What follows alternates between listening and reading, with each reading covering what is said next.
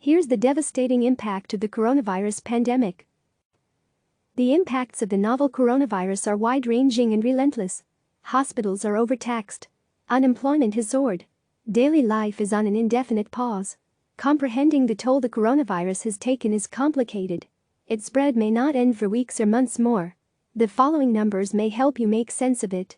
Here are the ways, in dollars, percentages and lives, that coronavirus has knocked the world off its axis. H1. Page headline, font weight 900. Element raw H2 text align. Center, font size 1.6 m. pg.t-light zn body text H3 text align.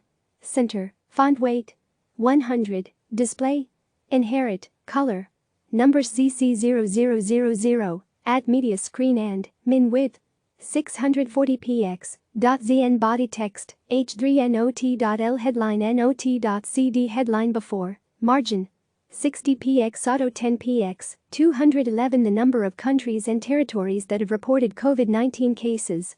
There are cases reported on every continent except Antarctica. 1. The position the U.S. holds for coronavirus cases worldwide. The U.S. has had more cases and more deaths than any other country. Spain has the second highest number of coronavirus cases, and Italy comes in third, according to data from Johns Hopkins University COVID-19 dashboard. 200,000, the number of predicted coronavirus deaths in the U.S. if all mitigation efforts are followed, according to Dr. Anthony Fauci, the country's top medical expert on the coronavirus pandemic. The last U.S. pandemic, the H1N1 virus, killed an estimated 12,469 in the U.S., according to the CDC. CNN chief medical correspondent Rive Sanjay Gupta called the projected coronavirus death toll optimistic. April 14, the day the U.S. reached its highest number of coronavirus deaths in one day, with 2,405. That figure is a huge spike from just 1 month ago. On March 14, there were 58 reported deaths nationwide. 1.6 billion the number of children worldwide who are impacted by school closures, according to UNESCO. Nearly every country, according to the report, has closed all of its schools to contain the spread of the coronavirus. However, the US, Canada, Russia and Australia have not issued nationwide mandates and left it up to local governments to choose whether or not to close schools. Many schools across the globe have turned to remote lessons during the time of coronavirus. Online learning has allowed children to keep up their education from home, but it's come with a handful of other problems. Educators fear that students without internet access or necessary equipment could be set back while classes are virtual, and in the US, millions of students rely on their schools for free meals. 97%, the percentage of Americans under stay-at-home orders. All but 7 states have issued them. So far, the orders have helped in the states that follow them. Governors on the west and east coasts and in the Midwest have created multi-state coalitions to coordinate when those states can reopen. New York Governor Andrew Cuomo extended the state's stay-at-home order until at least May 15. California Governor Gavin Newsom's stay-at-home order has no end date. It currently extends through May 3 statewide and longer in places like Los Angeles, which has a stay-at-home in effect until May 15. Meanwhile, other governors have announced plans to reopen businesses in their states at a closer date. Georgia Governor Brian Kemp said Monday that certain businesses, including fitness centers, bowling alleys, body art studios, barbers, hair and nail salons, and massage therapy businesses, will be able to reopen this week. $2 trillion the amount the global economy could lose during the COVID-19 pandemic, according to the United Nations Conference on Trade and Development. This would follow the longest period of economic expansion in the U.S., which saw the national economy gradually rebound after the 2008 financial crisis.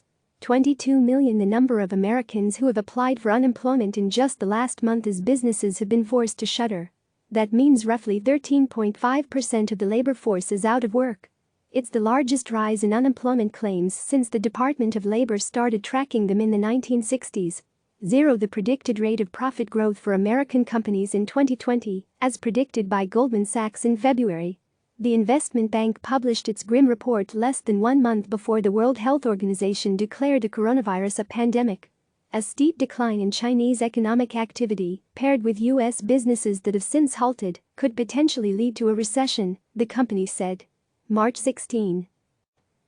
The day the Dow dropped 2997 points, the worst point drop in history. It happened the day after the Federal Reserve slashed rates to nearly zero. The market started to bounce back this month. Minus $37.63 the price of U.S. oil per barrel on April 20th. It's the lowest level since the New York Mercantile Exchange opened oil futures trading in 1983. The oil market has crashed since demand has evaporated.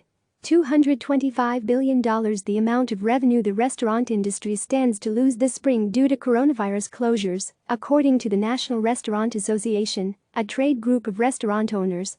Airlines could lose big, too, as much as $113 billion, the International Air Transport Society warned early last month. Even if the virus is contained, the trade association said, airlines could still lose over $60 billion. 1 in 3 the number of U.S. renters who didn't pay their rent on time during the week ending April 5, according to the National Multifamily Housing Association. Renters are more economically vulnerable than homeowners, Solomon Green, a senior fellow in housing policy at the Urban Institute, told CNN earlier this month. They make less money, they have less saved up to weather emergencies, and they are at greater risk for displacement and homelessness than homeowners.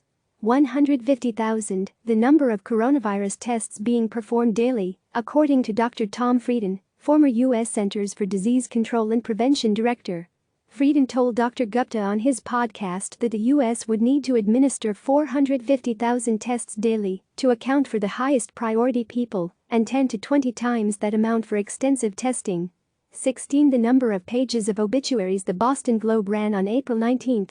On the same Sunday last year, the Globe ran 7 pages of death notices.